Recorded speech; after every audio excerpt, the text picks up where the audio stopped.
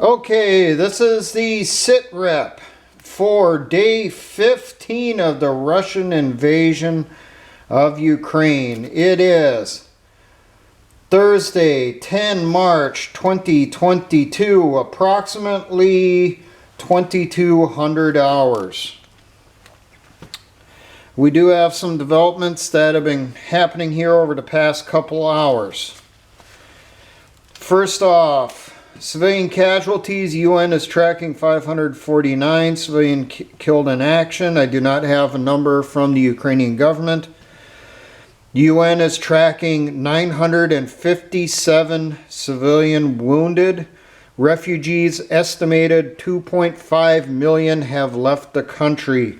I do not have an update on BDA, battle damage assessments. Okay, let's go into situations in the different areas. Right now there's heavy fighting down in Crimea. It's looking like the forces that are down here are starting to push out, going west towards Odessa, past Mykolaiv, going from up around here, around Mariupol. Looks like they're trying to push up towards Kharkov, or at least try to flank a little bit more to the north of Mariupol. There's reports of heavy artillery barrages going on between Kharkov and Mariupol. Basically, like they have a giant corridor that they are trying to link up here so they can link these two elements together north of Mariupol. Kharkov. There appears to be a force to the east of Kharkov pushing south towards Mariupol. Heavy artillery in front of them trying to clear the way. North of Kharkov, the salient up here north of Sumy. Leading edge of that is now 16 miles east of Kiev. They're starting to meet up some of the eastern defenses for the city right now, running into ambushes and strong points the Ukrainians have set up. There is heavy bombardment going on around Kiev, more than likely hitting those Ukrainian positions that recon has been able to identify. There's reports of heavy artillery going in on top of residential areas on the north and the west. As has been reported since day one of the war, the Ukrainians have been positioning artillery and rocket systems in residential areas. So whenever I hear reports on that, I'm figuring the Russians are probably trying to take those systems out.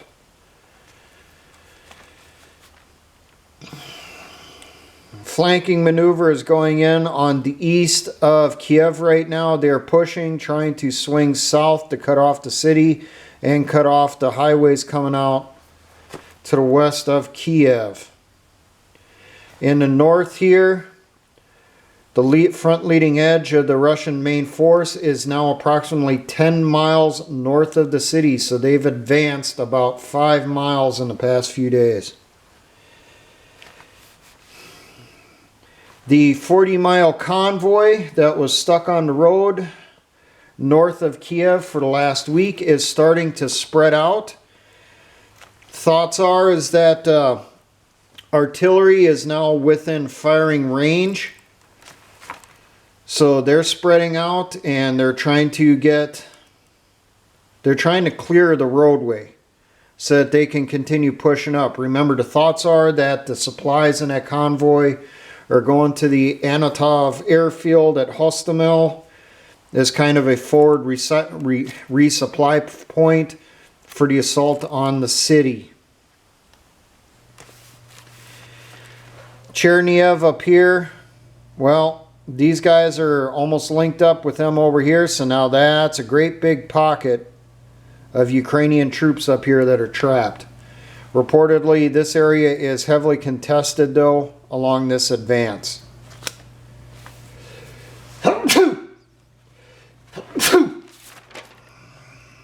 Damn dust.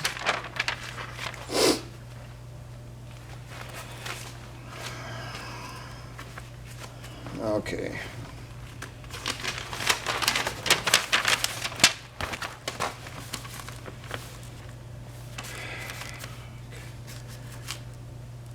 All right, yesterday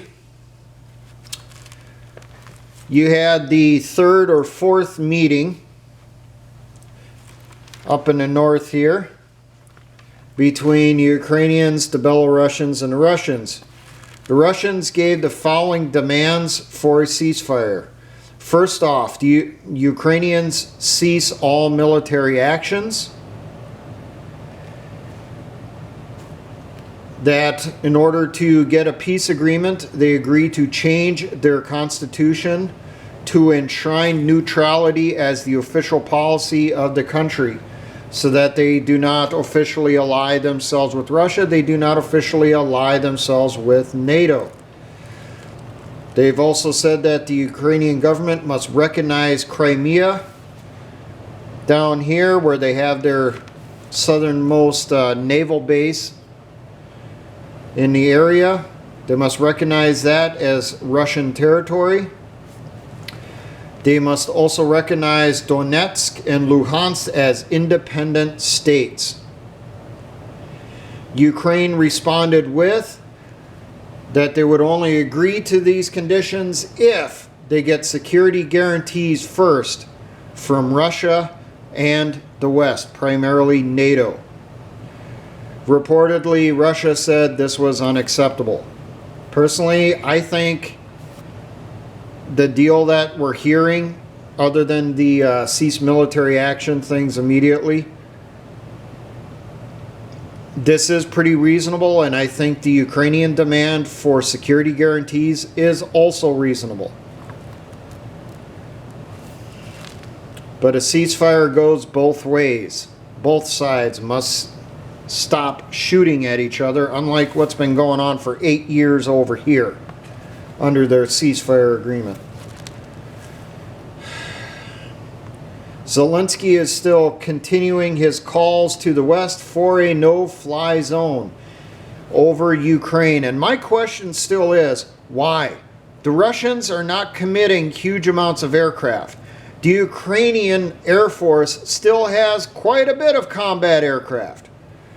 Zelensky did a plea to the Europe today. I read the message before I started this video, saying that he wants either a no-fly zone or he wants additional combat aircraft that he says he was promised by NATO.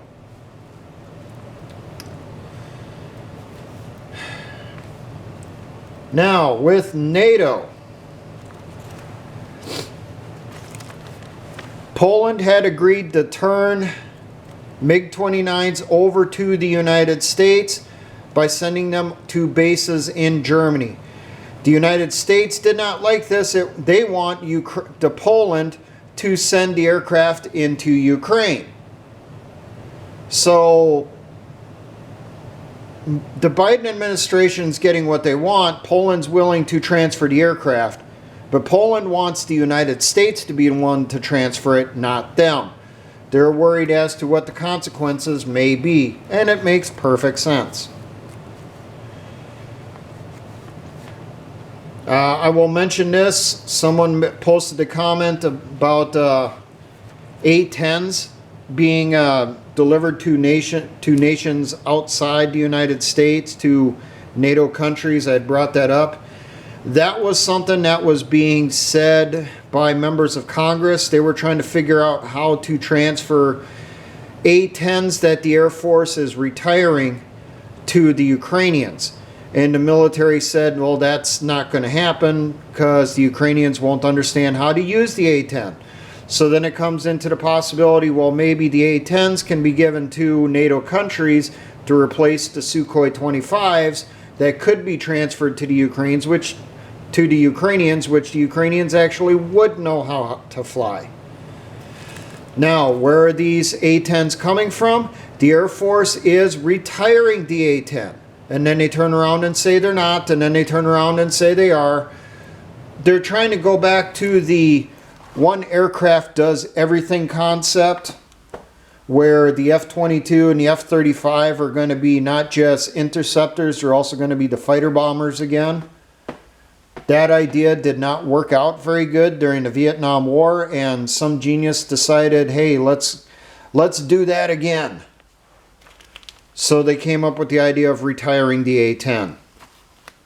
Even though there's no official replacement for it, there's word the Air Force is mothballing a lot of their A-10s. Britain has sent so far to Ukraine over 3,615 NLAWs. There's a report today coming out of the British Ministry of Defense that they will be sending more small arms ammunition, a few javelins because they don't have a lot of them in the British inventory. They're also going to be sending in rations, medical supplies, and they've agreed to send in Starstreak anti-aircraft missile systems. I don't know much on this. They say it's the fastest anti-aircraft missile that's out there that can be fired from the ground. Well, Britain apparently is going to be transferring some of those systems to Ukraine for shooting down attacking aircraft. No new developments with the United States for any ordnance going over. Haven't heard anything other than the whole pointing the fingers thing with Poland, where each of them are saying the other one is the one that's backing out of the deal. Propaganda things. Well, one of the biggest ones is the whole tugging at the heartstrings. I've been hearing about, almost constantly in the news now. Oh, an orphanage here was hit.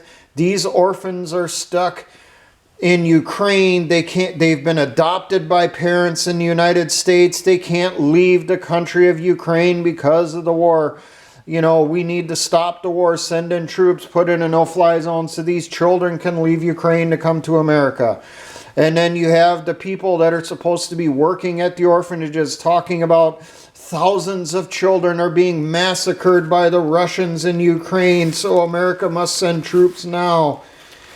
We also got the whole hospitals being targeted deliberately.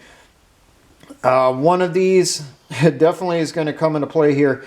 And each time they cite a new hospital, they tell you the name of the hospital, they tell you the city it's in, they'll tell you the ordnance that was dropped on it, and then they'll show you some basically general pictures of people being hurt, and they show you a building that's been hit, which who knows if it's an actual hospital or not. There's a couple times I've seen pictures of supposedly hospitals that were hit, and I'm looking at them, and they seriously look like they were abandoned buildings before the war even started. They look seriously run down, and they're saying that this was an active hospital. Oof. One of the big ones right now that they've really been pushing is a supposed maternity and children's hospital down in Mariupol. I'm sure everyone has heard about it over the last 24 hours here. Well, the Russian representative to the United Nations, when he was attacked for it during assembly, said that the Russian military had gotten reports that this hospital was not active. It had been closed for a while, and that the building had been taken over by radical units of the Ukrainian military and had been turned into a barracks. Because of that report, they then targeted that hospital because they were targeting troops. The Ukrainians are still saying that, no, this was a hospital filled with pregnant women and children. Because of all the propaganda that's out there, we don't know for sure what the truth is on this building.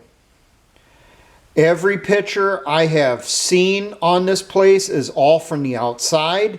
They never show anything from the inside of the building. we keep getting shown children and a really pregnant woman who's probably 8 months pregnant being hauled out on stretchers. But none of them really show any major injuries. I'm not seeing bloody bandages. There's no limbs missing, nothing like that. It's like they picked up people from the area, tossed them on a gurney or on a stretcher, and they're carrying them out of the building. So I really wonder on this. You know, are the Russians telling the truth on this, or are the Ukrainians? It's another one of those buildings you look at in a picture. It does not look like it was an active facility before the war started. Another big thing we are hearing is Russia's about to use a tactical nuke on the battlefield because of the Ukrainians are holding out better than what they anticipate. So they're going to use nuclear weapons. It's only a matter of time. It's going to happen any day now.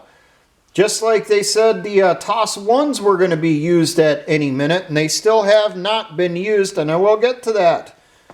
Another thing that we are hearing is they anticipate that Putin is going to authorize the use of chemical weapons in Ukraine at any time. It's a guarantee. Don't you remember Syria? I mean, they're going to do it. They're going to gas people. They're going to kill civilians. Another thing they're talking about is they anticipate that the Russians are going to accidentally release biological warfare agents from Ukrainian labs. And then they went, oops. Yes, in case you missed it, you had some thing from the State Department admit to Congress there were biolabs in Ukraine. And they were handling biological warfare agents, but they promised they were only Soviet stuff. This isn't new stuff. This isn't stuff that we developed in the lab. And they admitted that the U.S. government was paying for the labs, and now people are actually looking into the stuff that before they said was a conspiracy theory, and now they're finding out that the stuff these conspiracy theorists were citing, it might actually be true. The State Department is admitting it, and media in the United States is trying to whitewash the hell out of the whole thing. They're saying that these labs are just there to stop illnesses that come up in the area like anthrax and different. They're trying to downplay everything. At the same time, they continue with the narrative that they're worried the Russians are going to take these labs. Well, if it's old Soviet stuff, what's the worry about if the Russians would take it, because they already have it in other labs left over from the Soviet Union inside the Russian Federation. So does it really matter if they capture what's in these labs that the Ukrainians had? And if the other story is correct, that none of this stuff was weaponized, this is just labs that were there to stop pandemics, they research vaccines, then why are they pushing that they're worried these labs could be hit and release a biological agent that would cause a new pandemic because it's biological warfare? There's so much circle speak on the whole thing, it's freaking ridiculous. Now the TOS-1s. Here's another propaganda piece that you might not have heard about. The British Ministry of Defense is saying that Russia has confirmed that they employed TOS-1A's thermobaric bombs, the rockets, against civilians, and that the Russians are confirming it. But when you go to get confirmation on this stuff, you can't find it. There is no video of it being employed. Every time you click on a link that says, here's the proof, it takes you right back to the same press release from the British Ministry of Defense where they say the Russians confirmed it. But they never show the Russians saying it. They don't show a clip translated from a Russian news story. They don't show a Russian social media post. They don't show a Russian news release saying the stuff was actually used. So you're supposed to believe the British Ministry of Defense when they say the Russians confirmed it.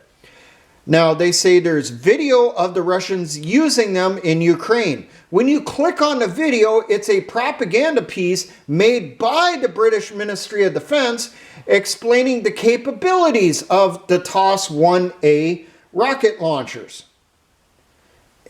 And it's using old footage from Russian exercises from over the years. Whew. The U.S. Pentagon, when questioned on the story, tells U.S. press at least, but overseas, when you look at anything in Europe, they're all going to the British Ministry of Defense press release. They're not saying anything about what the Pentagon said on this. The U.S. Pentagon, when they were questioned by the media on is this true, they said there is absolutely no indications that they have been employed yet on the battlefield in Ukraine, let alone against civilians. So they're trying to cite the Russians for war crimes that have not actually been committed yet. There's no evidence that it has been committed. Is there evidence that the Russians have used cluster munitions? That's even questionable. People have asked questions on the video footage showing that also. Plus, we're still seeing in the propaganda piece the whole Zelensky is the greatest war leader there's ever been, that he's the new Winston Churchill, and the guy literally read a speech from Winston Churchill, and the media was saying, oh, he's such a great orator, you know, he's such a great leader.